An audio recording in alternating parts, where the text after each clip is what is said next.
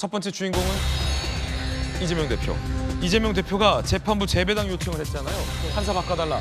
사실상 거부당했습니다. 함께 보시죠. 구조적으로 편견을 가지지 않기 어렵다라며 판사 바꿔달라라고 요청을 했습니다. 검찰 측에서는 통상 공범 사건에서 보기 어려운 특혜를 요구하고 있다라면서 반발했고요. 재판부 법률상 근거 없다. 재판 독립이라는 가치가 저해될 위험이 있다라며 사실상 이 대표의 판사 바꿔달라라는 요구를 거부했습니다.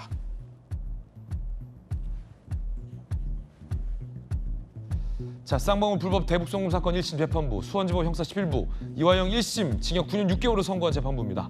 이재명 대표 측, 이재명 죽이기 음모론 생길까 봐 재판부 신상 공격이 우려된다 라며 아니 당신이 걱정돼서 재판부 바꿔달라고 한 거다 라는 얘기를 했어요. 재판부, 종전 판단에 매이는 상응 없이 실체적 진실 발견을 위한 심리를 할 것이다. 이 말은 내 걱정은 하지 마라 라는 거죠. 그러니까 갖은 이유를 댄 건데 민주당 관계자들은 처음에 아니 저 판사가 그 판사인데 이화영이한테 9년 6개월 때린 판사인데 선입견 갖고 있으니까 판사 바꿔달라라고 했거든요. 그런데 또 한편으로는 어제 이재명 대표 측이 뭐 그것도 있습니다만 이재명 죽이게 한다라고 판사에 대해서 뭐 무도한 공격이 갈까 봐 신상이 걱정돼서 우리가 바꿔달라고 한 거다라는 결이 다른 두 가지 얘기를 들면서 판사 바꿔달라고 했어요. 그래서 재판부가 내 걱정하지 마라 라면서 사실상 이제 거부한 건데, 자 판사 네. 24년 5개월 이런 경우에 재배당 해주진 않죠. 네. 왜냐하면 이게 관련 사건을 했던 재판부라 그러니까 배당이 됐던 게 아니라 공정하게 배당 절차에 따라서 했는데 우연히 또 그 재판부에 배당이 된 네. 거거든요. 그러니까 어떻게 보면 이재명 대표 측으로는 재판부 복이 없다 이렇게 생각할 수도 있습니다. 네. 그런데 이제 그래도 관련 사건을 했던 재판부이기 때문에 그 사건에 대해서는 더 잘 알 수도 있고 신속하게 오히려 법원의 관행은 관련 사건을 했던 재판부로 오히려 배당을 하는 경우가 더 많아요. 네. 그래서 뭐 이것은 이번에는 다른 그런 그 컴퓨터에 의해서 무작위로 배당을 했습니다만 뭐 이런 사실 관련 사건을 했던 재판부이기 때문에 다른 재판부에서 해야 된다. 이런 이유로 재배당이 받아들여진 경우는 제 기억에는 없습니다. 없다. 그래서 무리한 요구였다. 예, 그래서 이 재판부의 결론, 네. 재배당을 하지 않겠다는 것은 저는 뭐 적절하다고 봅니다. 그리고 그 이화영 부지사의 판결에는 가장 중요한 것은 이재명 대표의 대북송금 사건에서 가장 중요한 것은 이화영 부지사가 이 김성태 대표가 대납한 800만 달러를 결국 이재명 대표에게 보고를 했냐.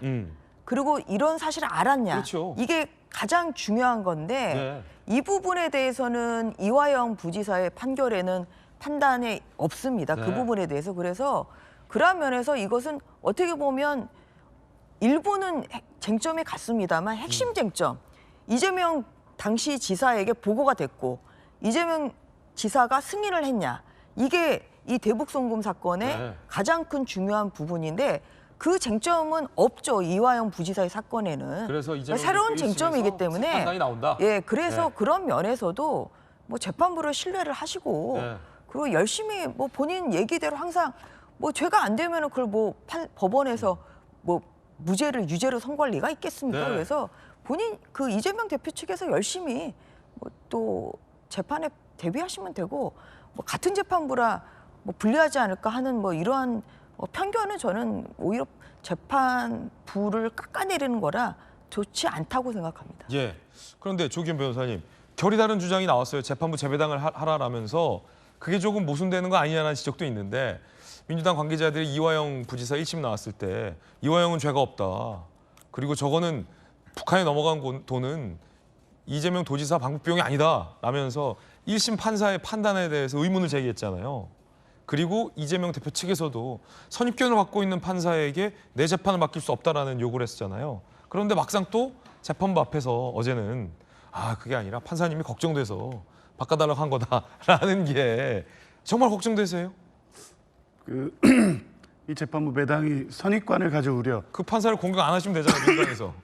그렇죠. 이제 공정한 재판을 받을 권리, 네. 기피 사유에 해당된다는 점을 주장할 것 같다고 한 민주당 관계자가 저기 때문에 그래서 이제 어제 그 8일날 그 심리에서 아마 그 부분을 주로 얘기했을 겁니다. 네. 이게 사실은 뭐 재배당 요건에 해당되지는 않는데 재판부 기피 사유에 있고 실질적으로 공정한 재판을 받을 권리가 침해될 위험이 있는 게 아니냐. 물론 이재명 대표의 관련 부분에 대해서 1심 판단이 있었던 건 아니지만 기초적 사실관계나 증거가 정확하게 다 일치하기 때문에 아무래도 재판부가 이재명 대표 사건에 동일한 사실관계에서 출발했기 때문에 선입관을 가질 수밖에 없다. 이런 부분을 강조했을 겁니다. 그러면서 이제 부차적으로. 뒤에 이런 우려도 있는 거 아닙니까? 네. 그런 현실적인 문제도 있는 거 아닙니까? 정도를 네. 얘기했던 것 같은데 어쨌든 이제 뭐 재판부에 보기에는 이제 그런 주장은 적절하지 않죠, 당연히.